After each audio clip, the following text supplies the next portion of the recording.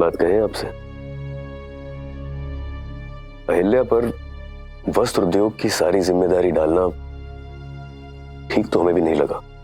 हमने यही सोचा था कि अहिल्या हमारे साथ हमारे लिए काम करेगी, हमारी मदद करेगी, हमारे हर काम में हमारा साथ देगी। हालांकि हम दोनों को बराबर के अधिकार दिए गए हैं। अहिल्या अगर कारोबार संभालेगी तो पूरे राज्य की सुरक्षा व्यवस्था हम देखेंगे। इसीलिए आई, सच कहें तो इसमें अहिल्या पर नाराज होने जैसी कोई बात लगी नहीं हमें।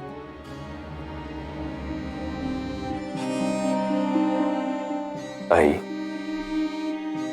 अहिल्या वही कर रही है ना जो बाबा साहेब ने उसे करने के लिए कहा है।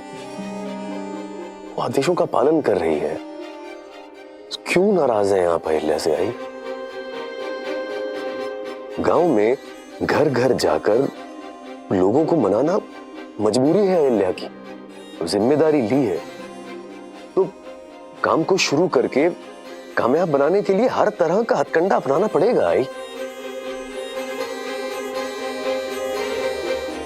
तुम समझ नहीं सकते खंडेराव कि मुझे किस बात से दुख हो रहा है, किस बात की चिंता हो रही है। मैं बस इतना ही चाहती हूं कि मेरा बेटा एक निर्विवाद उत्तराधिकारी हो। आई, अब ये तो ज्यादती है।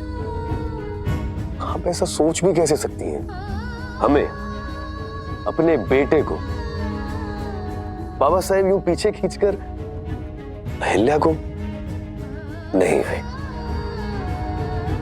ऐसा कभी नहीं हो सकता। कुछ भी हो सकता है खंडेराव, कुछ भी हो सकता है। इसलिए तो मैं बार बार तुमसे कहती हूँ कि उसे रोको। तुम्हें अहिल्या के सामने एक मजबूत दीवार बनके खड़े रहना होगा। तभी अहिल्या और शायद तुम्हारे बाबा साहेब भी रुक जाए। नहीं आई, हम अहिल्या के रास्ते की दीवार कभी नहीं बन सकते। ऐसा करने का मतलब ये होगा कि हमें अपनी काबिलियत पर भरोसा नहीं। तुम गलत समझ रहे हो। नहीं आई, अहिल्या जो करना चाहती है उसे करने दीजिए। अगर अहिल्या अपने काम में सफल होती है तो होलकर खानदान का मान सम्मान बढ़ेगा।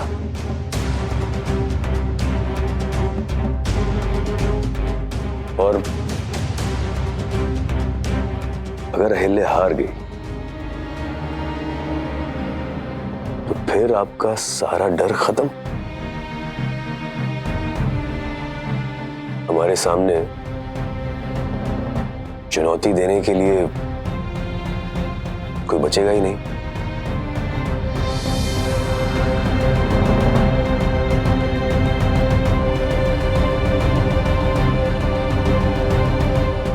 मुकाबला ऐसे किया जाता है आई,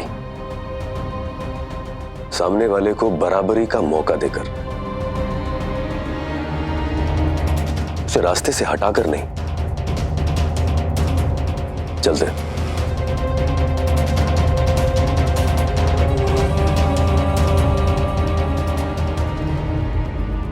आज ये सब खेल लग रहा है ना तुम्हें?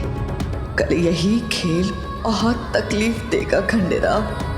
और मैं नहीं चाहती ऐसा दिन आए जब मेरे बच्चे को दुखी होना पड़े, पछताना पड़े। पर लगता है वो मनहूस दिन देखना शायद मेरी किस्मत में लिखा है।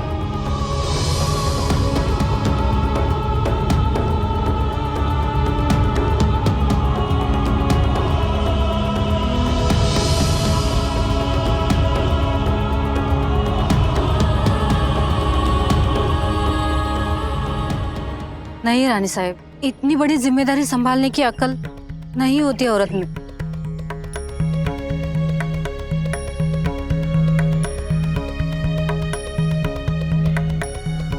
कमाने के चक्कर में मेरा तो घर परिवार ही खत्म हो जाएगा रानी साहब। और बच्चे कौन संभालेगा? मेरे पति को गुस्सा आया तो मुझे घर से बाहर निकाल देगा। नहीं नहीं रानी साहब, मुझसे नहीं होगा।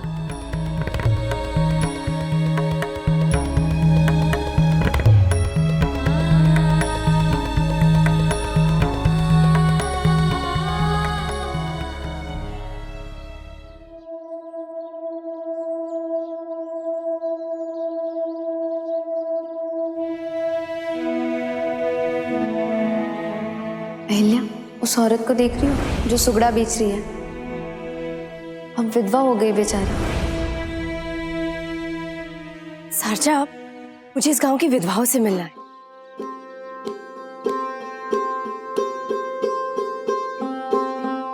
चलो। अब इस खेल में मजा आने लगा है सासूबाई। गौतमा रानी साहिब के लिए पहले मैं ही था गद्दी के लिए खंडेराव को चुनौती देने वाला, उसका प्रतिस्पर्धी। उस वक्त मुझे मुकाबले से बाहर निकालने के लिए उन्होंने अहिल्या का खूब साथ दिया। और अब अहिल्या उनके लिए सबसे बड़ा खतरा बन गई है। रानी साहब को यही लगता है कहीं अहिल्या अपने पति की जगह ना ले ले, इसीलिए उनका सारा ध्यान सिर्फ अपनी बहू पर है। दिन रात यही फिक्र कि अहिल्या को कैसे रोकूं।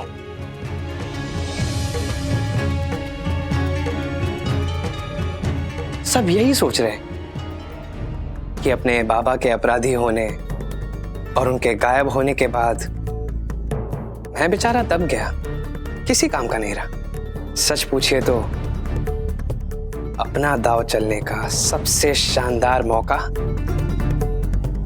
यही है। बिल्कुल। बस जो भी करेंगे जरा संभल कर।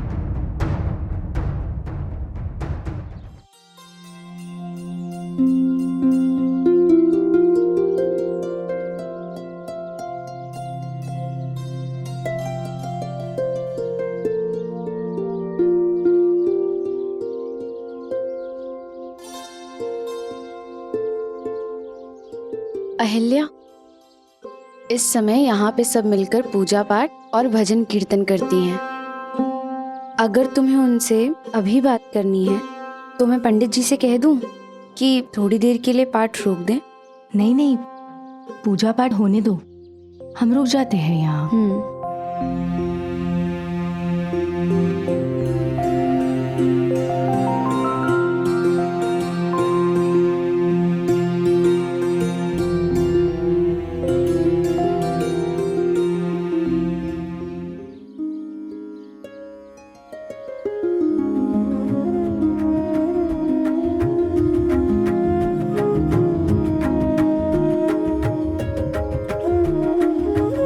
प्रणाम पंडित जी। आप आज्ञा दे तो थोड़ी सी सेवा मैं कर दूं। ये तीर्थ मैं बांट देती हूँ। धन्यवाद।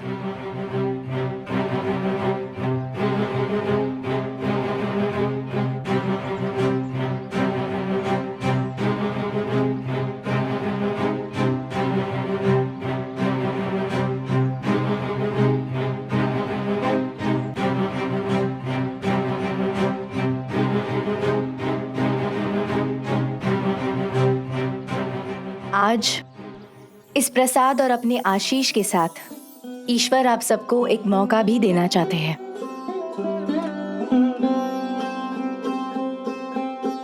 अपने जीवन को एक नए सिरे से जीने का मौका, स्वावलंबी बनकर, गर्व से सर उठाकर, स्वतंत्र होकर जीने का मौका।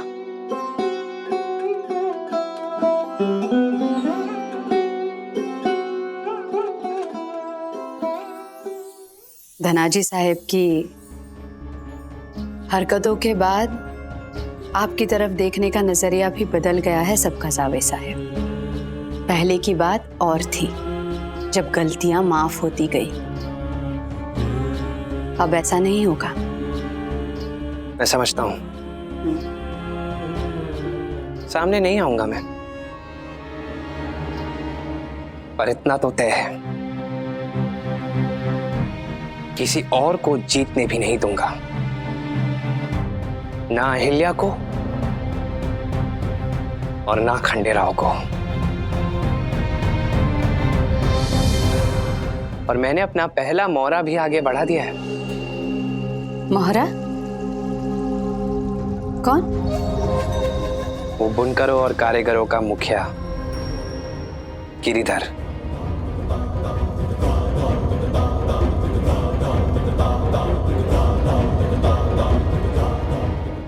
मुझसे कई ज्यादा आप सब एक दूसरे को जानती है। पति के स्वर्गवास के बाद किस तरह दूसरों के सहारे जीवन कट रहा है। कोई अपने भाई के घर पर तो कोई अपने देवर के घर पर रह रहा है। जिनके बच्चे बड़े हैं वो बेटों के सहारे जी रही है। आप में से कितनों को अपने पसंद का भरपेट खाना नसीब होता है, कितनों को नहीं, ये मैं नहीं जानती। मगर इतना जरूर समझ सकती हूँ कि आपकी छोटी सी छोटी जरूरतों के लिए आपको औरों पर निर्भर करना पड़ता है। जिनके बच्चे छोटे हैं उन्हें 2 समय का खाना देने के अलावा उनके पालन पोषण का खर्चा भी देखना पड़ता है। और ये सब बहुत मुश्किल काम है। लेकिन यदि आप चाहे तो आप इस हालात से बाहर निकल सकती है। यदि आप चाहे तो आप अपनी जिंदगी बदल सकती है।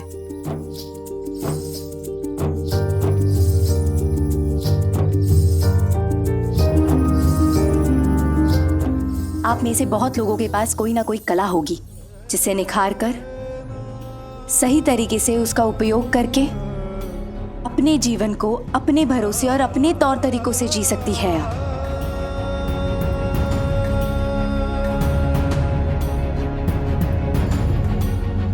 औरत भी एक इंसान है और स्वाभिमान उसका गहना है। किसी के सामने सर झुकाकर दया के लिए भीख नहीं मांगेगी, वो सर उठाकर जिएगी, शान से और सम्मान से जिएगी।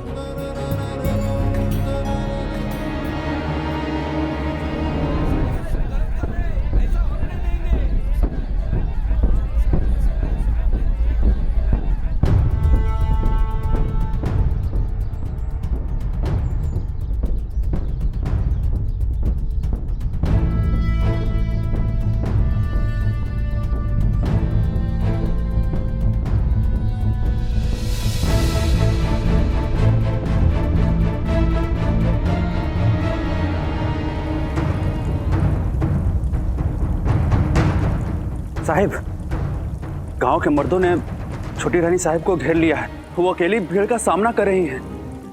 क्या? जी। चलो तुरंत। जी।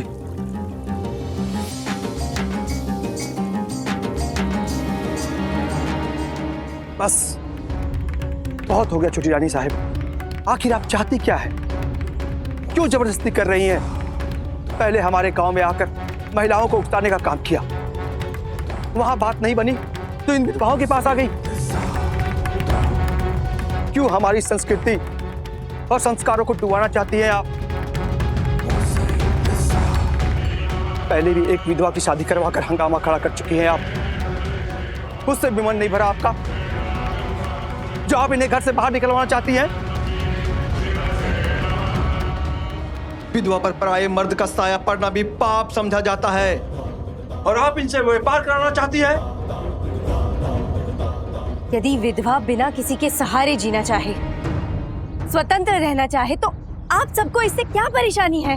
है परेशानी, ये काम नहीं करेंगी। है परेशानी, ये काम नहीं करेंगी। है परेशानी।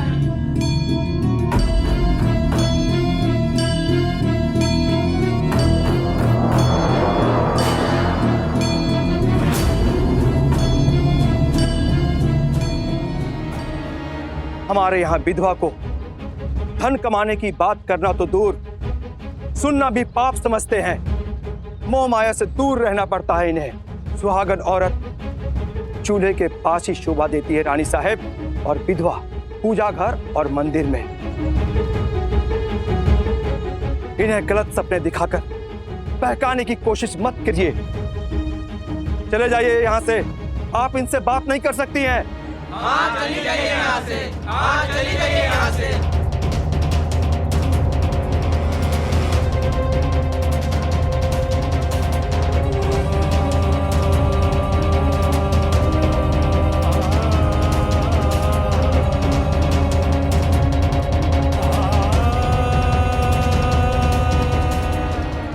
ताई रुकिए ना, मेरी बात सुनिए। ताई देखिए, इसमें आपकी भलाई है। मौसी मेरी बात सुनिए, मेरी बात सुनिए।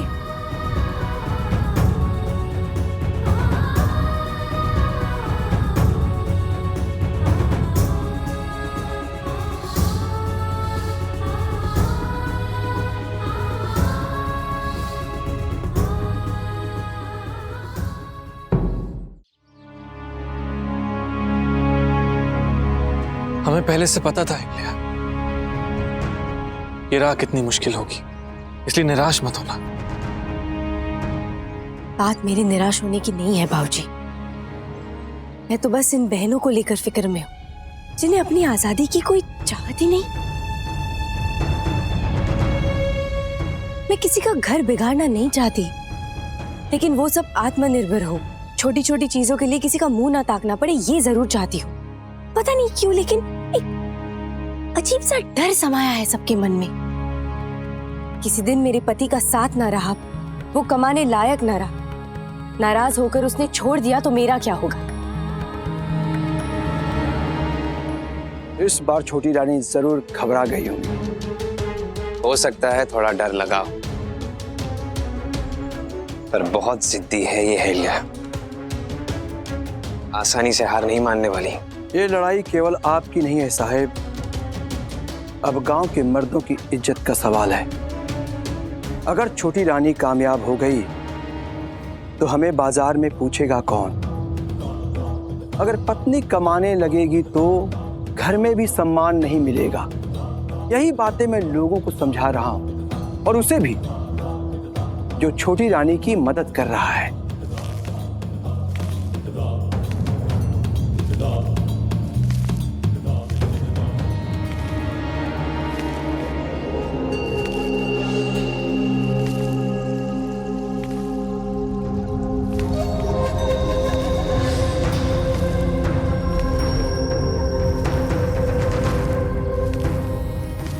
मुझे लगा पता नहीं आप आएंगे या नहीं। आएंगे कैसे नहीं साहेब। जो व्यक्ति समाज और संस्कारों के विरुद्ध जाता है, उसका जीना मरना एक सा होता है। ये इन्हें भली भांति पता है। क्यों सरपंच जी?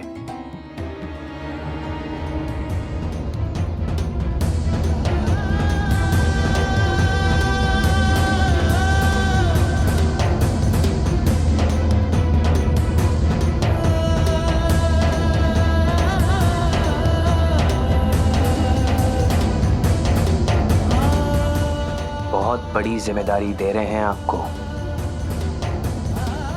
गिरधर और इसके साथी तो सामने आकर छोटी रानी के प्रस्ताव का विरोध कर रहे हैं, मगर आपको अहिल्या के दल में रहकर हमारे लिए काम करना है।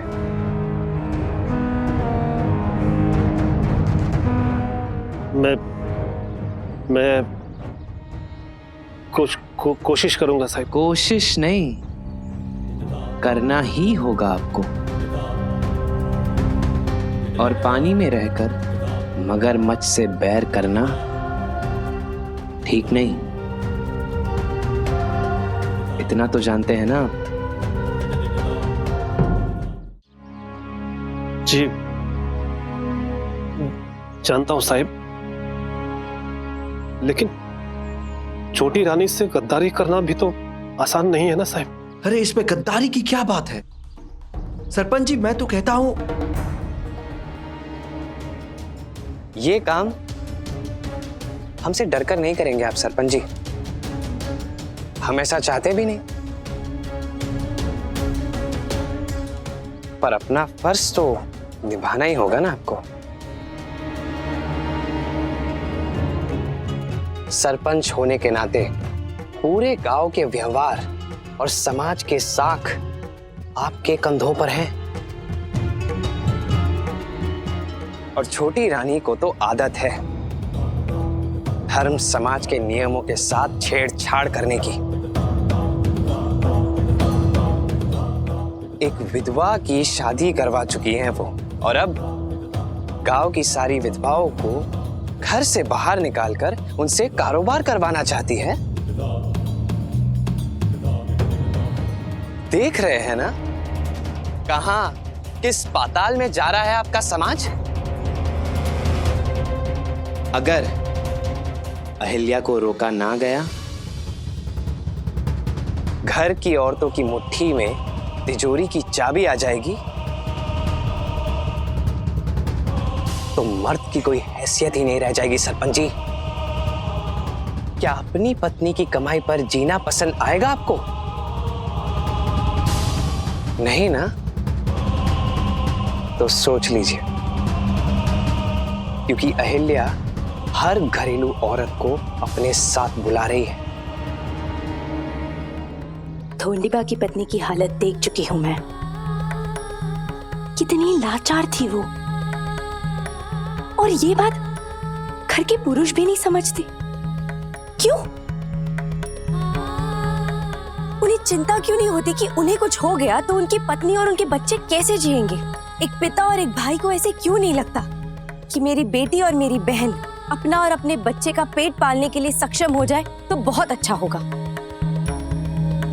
मैं समझ नहीं पा रही हूँ भाऊजी, वस्त्र उद्योग की हमारी इस योजना में लोग रुचि क्यों नहीं ले रहे हैं? क्यों नहीं समझ रहे हैं कि राज्य के विकास के साथ साथ इस योजना से उनका भी तो फायदा होगा। कुछ लोग समझ रहे हैं अहिल्या, लेकिन जताना नहीं चाहते, और कुछ लोग तो समझना ही नहीं चाहते।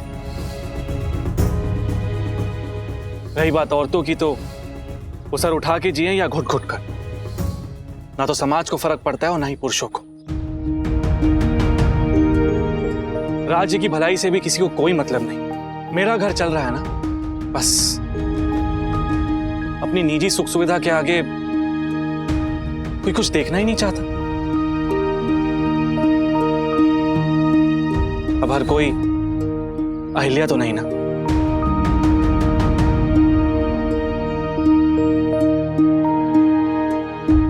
लेकिन लोगों को समझाए बिना कुछ भी नहीं हो सकता भाऊजी। शायद हमें हमारा तरीका बदलना पड़ेगा, मगर क्या और कौन सा तरीका, ये सोचना होगा मुझे।